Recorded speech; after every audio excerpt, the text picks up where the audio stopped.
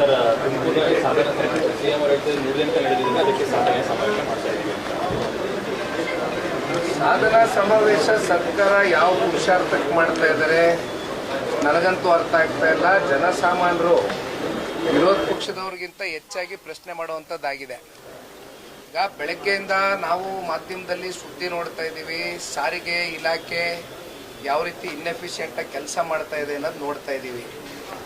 ಅಲ್ಲಿ ಇರ್ತಕ್ಕಂಥ ಕಾರ್ಮಿಕರಿಗೆ ಮತ್ತು ಅಲ್ಲೇನು ಇಷ್ಟು ವರ್ಷಗಳ ಕಾಲ ಕೆಲಸ ಮಾಡ್ಕೊಂಬಂದಿದ್ದಾರೆ, ಅರಿಯರ್ಸ್ಗಳು ಕೋಟ್ಯಾಂತರ ರೂಪಾಯಿ ಬಾಕಿ ಉಳಿಸ್ಕೊಂಡು ಕೊನೆಗೆ 16 ಬಾರಿ ಸಂಧಾನ ಸಭೆ ಅಂತ ಮಾಡಿ ಬಹುಶಃ 11ನೇ ಸಂಧಾನ ಸಭೆ ಮಾಡಿರಬೇಕು.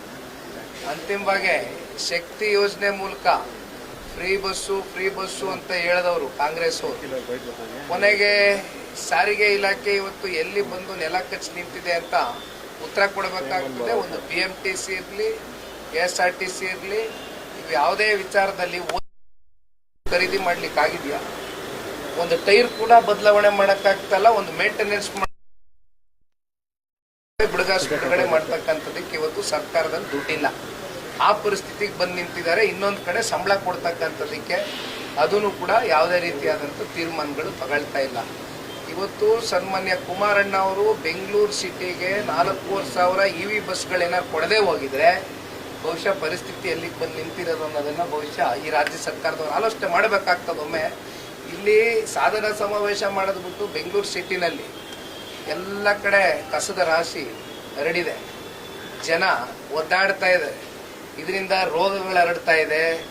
ಬೆಂಗಳೂರು ಸಿಟಿ ಅಂತಕ್ಕಂಥ ನಗರಕ್ಕೆ ಮಾತೆತ್ತಿದ್ರೆ ಸಿಲಿಕಾನ್ ವ್ಯಾಲಿ ಅಂತೀವಿ, ಸಿಲಿಕಾನ್ ವ್ಯಾಲಿ ಆಗಿ ಉಳಿದಿಲ್ಲ. ಇವತ್ತು ಗಾರ್ಬೇಜ್ ನಗರ ಆಗಿ ಪರಿವರ್ತನೆ ಆಗ್ಬಿಟ್ಟಿದೆ ಬೆಂಗಳೂರು ನಗರ. ಇವೆಲ್ಲ ಮುಂದಿಟ್ಕೊಂಡು ಇವತ್ತು ಸಾಧನಾ ಸಮಾವೇಶ ಮಾಡ್ತಾ ಇದ್ದಾರೆ. ನನಗಂತೂ ಅರ್ಥ ಆಗ್ತಾ ಇದೆ. ಏನೋ ಪತ್ರಿಕೆಗಳಲ್ಲಿ ಮಾಧ್ಯಮಗಳಲ್ಲಿ ದೊಡ್ಡ ಜಾಹೀರಾತುಗಳು ಕೊಟ್ಕೊಂಡು ನಾನು ಮೊದಲನೇ ಬಾರಿ 5 ವರ್ಷ 4 ದಿನ ಮುಖ್ಯಮಂತ್ರಿಯಾಗಿ ಕೆಲಸ ಮಾಡಿದ್ದೆ, ಈಗ ದಿವಂಗತ ದೇವರಾಜ ಅರಸು ಅವರ ಮುಖ್ಯಮಂತ್ರಿ ಏನು ಭಾಳ ವರ್ಷಗಳು ರಾಜ್ಯದಲ್ಲಿ ಆಗಿದ್ರು, ಅವ್ರನ್ನೂ ಕೂಡ ಬೀಟ್ ಮಾಡಿ ನಾನು ಒಂದು ಹೆಜ್ಜೆ ಮುಂದೆ ಹೋಗ್ಬಿಟ್ಟಿದ್ದೀನಿ, ಚಾಂಪಿಯನ್ ಲೀಡ್ರು ಅಂತ ಮಾನ್ಯ ಮುಖ್ಯಮಂತ್ರಿಗಳೇನು ಪ್ರೊಜೆಕ್ಟ್ ಮಾಡ್ಕೊಳ್ತಾರೆ. ಎಷ್ಟು ದಿನ ನಾವು ಮುಖ್ಯಮಂತ್ರಿ ಕುರ್ಚಿಲಿ ಕೂತಿದ್ವಿ, ಎಷ್ಟು ದಿನ ಸರ್ಕಾರದಲ್ಲಿ ಆಡಳಿತದಲ್ಲಿ ಕೂತಿದ್ವಿ ಅಂತಕ್ಕಂಥದ್ದು ಮುಖ್ಯ ಅಲ್ಲ. ಬದಲಾಗಿ ಕೂತಂಥ ಸಂದರ್ಭದಲ್ಲಿ ಎಷ್ಟು ಜನರ ಜೀವನ ಬದಲಾವಣೆ ಮಾಡಿದ್ದೀರಿ, ಎಷ್ಟು ಜನರ ಜೀವನ ಹಸನಗೊಳಿಸಿದ್ದೀರಿ ಅಂತಕ್ಕಂಥದ್ದು ಚರ್ಚೆ ಆಗಬೇಕಾಗಿದೆ. ಆದರೆ ಸಾಧನಾ ಸಮಾವೇಶ ಕೇವಲ ಸರ್ಕಾರದ ದುಡ್ಡಲ್ಲಿ ಇವತ್ತು ಮೋಜು ಮಸ್ತಿಗೆ ನಾವು ಕಟ್ತಾ ಇರ್ತಕ್ಕಂಥ ತೆರಿಗೆ ಹಣದ ಮೂಲಕ ಮೋಜು ಮಸ್ತಿ ಮಾಡ್ಕೊಂಡು ಕೂತಿದ್ದಾರೆ ಹೊರತುಪಡಿಸಿ ಇದರಿಂದ ಯಾರು ಹೊಟ್ಟೆನೂ ತುಂಬ್ತಾ ಇಲ್ಲ. ಸರ್, ಬಿಡದಿ ವಿಚಾರವಾಗಿ ದೇವೇಗೌಡರು ಪ್ರೆಸ್ ಮೀಟ್ ಮಾಡಿದ್ರು ಭೂಮಾಫಿಯಾ ಅಂತ. DK ಶಿವಕುಮಾರ್ ದೇವೇಗೌಡರು ಕುಟುಂಬದವರೇ ಭೂಮಾಫಿಯಾ ಮಾಡಿದ್ರು, ಅವರೇ ಸುತ್ತಮುತ್ತ ಜಮೀನು ಅವರು ರಿಯಲ್ ಎಸ್ಟೇಟ್ ಮಾಡ್ತಾರೆ. ಚರ್ಚೆಗೆ ನಾನು ರೆಡಿ ಬೇಕಾದ್ರೆ ಕುಮಾರಸ್ವಾಮಿ ಒಂದು ಕೆಲಸ ಮಾಡಲಿ, ನಾವು ಎಲ್ಲೆಲ್ಲಿ ಜಮೀನು ಹೊಂದಿದ್ದೀವಿ ತೆಗಿಸ್ಲಿ, ಸರ್ಕಾರ ಅವ್ರದೇ ಅಲ್ವಾ.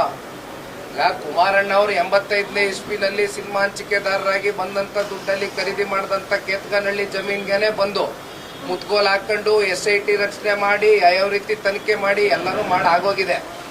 SIT ಅಂತಕ್ಕಂಥದ್ದು ಇವತ್ತು ಒಂದು ರೀತಿ ಪಾಪ ಇಂಡಿಪೆಂಡೆಂಟ್ ಬಾಡಿಯ ಕೆಲಸ ಮಾಡಬೇಕು, ಬೇಕಾದವ್ರ ಮೇಲೆ ರಾಜಕೀಯ ದ್ವೇಷಕ್ಕೆ ಯಾವ ರೀತಿ ಮಾಡ್ಕೊಂಡು ಹೊರಡಲಿ, ಅದೆಲ್ಲ ಇರಲಿ ಒಂದು ಭಾಗ. ಆದರೆ ಬಂದು ಕುಮಾರಣ್ಣ ಅವರು ಭಾಳ ಸ್ಪಷ್ಟವಾಗಿ ಪ್ರೆಸ್ ಮೀಟಲ್ಲಿ ಹೇಳಿದ್ದಾರೆ, ಅವರು ಮೊದಲನೇ ಬಾರಿ ಮುಖ್ಯಮಂತ್ರಿ ಆಗಿದ್ದಾಗ ಕುಮಾರಣ್ಣ ಅವರು 4 ಭಾಗದಲ್ಲಿ ಬೆಂಗಳೂರು ನಗರ ಭಾಳ ದೊಡ್ಡದಾಗಿ ಬೆಳೀತಾ ಇದೆ, ಉಪನಗರಗಳಾಗಿ ಪರಿವರ್ತನೆ ಆಗಬೇಕು. ಬೆಂಗಳೂರು ನಗರ ಬೆಳೀತಾ ಇರೋದ್ರಿಂದ ಜನರ ಪಾಪ್ಯುಲೇಷನ್ ಜಾಸ್ತಿ ಆಗ್ತಾ ಇದೆ. ಈ ನಿಟ್ಟಿನಲ್ಲಿ ಎಲ್ಲ ಕಡೆನೂ ಕೂಡ ಈ ಥರ ಒಂದು ಇವತ್ತೇನು ಪಾಪ GBIT ಅಂತಾರೆ, ಇಂಟಿಗ್ರೇಟೆಡ್ ಟೌನ್ಶಿಪ್ ಅಲ್ವೇ, ಗ್ರೇಟರ್ ಬ್ಯಾಂಗ್ಳೂರ್ ಹೆಸರು ಬದಲಾವಣೆ ಮಾಡ್ಕೊಂಡಿದ್ದಾರೆ ಅಷ್ಟೇ. ಕುಮಾರಣ್ಣನ ಆಲೋಚನೆ ಅವತ್ತೇ ಇತ್ತು. ಆದರೆ ರೈತರು ಬಂದು ಕುಮಾರಣ್ಣನ ಹತ್ರ ಕೃಷ್ಣ ಕಚೇರಿಗೆ ಇಲ್ಲ ಬೇಡ ಇದನ್ನ ಕೈ ಬಿಡಿ ಅಂತ ಇದ್ದಂಗೆ ಕುಮಾರಣ್ಣ ಅವರು ಅವ್ರಿಗೆ ಗೌರವ ಕೊಟ್ಟು ಆ ಸಂಧಾನ ಸಭೆಯನ್ನು ನಡೀತಾ ಅವತ್ತು ರೈತರ ಜೊತೆ ಗೌರವಿತ್ವಾಗಿ ನಡ್ಕೊಂಡು. ಆದರೆ ಇವತ್ತೇನು ಮಾಡ್ತಾ ಇದ್ದಾರೆ, ಅಲ್ಲಿರ್ತಕ್ಕಂಥ ಸಣ್ಣ ರೈತರ ಗತಿ ಏನು, ಅಲ್ಲಿ ಯಾಕೆ ಭೂಮಾಫಿಯಾ ಅಂತ ಕುಮಾರಣ್ಣ ಅವರು ಹೇಳ್ತಾ ಇದ್ದಾರೆ. ಇಲ್ಲಿ ರಿಯಲ್ ಎಸ್ಟೇಟು ದಂಧೆಕೋರರು, ಕಮಿಷನ್ ಏಜೆಂಟ್ಗಳು, ಇಲ್ಲಿ ಮುಂದೊಂದು ದಿನ ಅಕ್ವಿಸಿಷನ್ ಆಗೋಗುತ್ತೆ, 10 ರೂಪಾಯಿ ಕೊಟ್ಟಿದ್ದು 1000 ರೂಪಾಯಿ ಸಿಗುತ್ತೆ ಅಂತಕ್ಕಂಥದ್ದು ಒಳಗಡೆ ಈಗ ನಡೆಸ್ತಾ ಇದಾರಲ್ಲ ಬೆಂಗಳೂರು ಉಸ್ತುವಾರಿ ಮಂತ್ರಿಗಳು, ಅವರ ಪಟಾಳಂಗಳು ಯಾರ್ಯಾರ್ದೋ ಬೇನಾಮಿ ಹೆಸರುಗಳಲ್ಲಿ ಹಾಕೊಂಡು ಕೂತಿದಾರಲ್ಲ ಬೇಲಿ, ಇದು ಕುಮಾರಸ್ವಾಮಿ ಅವ್ರ ಕುಟುಂಬಕ್ಕೆ ಅನ್ವಯ ಆಗಲ್ಲ. ಆ ಥರ ಯಾವುದಾದ್ರು ಒಂದಿದ್ರೆ ತೋರಿಸ್ಲಿ, ತಲೆ ಬಾಗ್ಬಿಡ್ತೀವಿ ನಾವು. ಅಲ್ಲಿ ಇರ್ತಕ್ಕಂಥ ಹೇಳೋಣ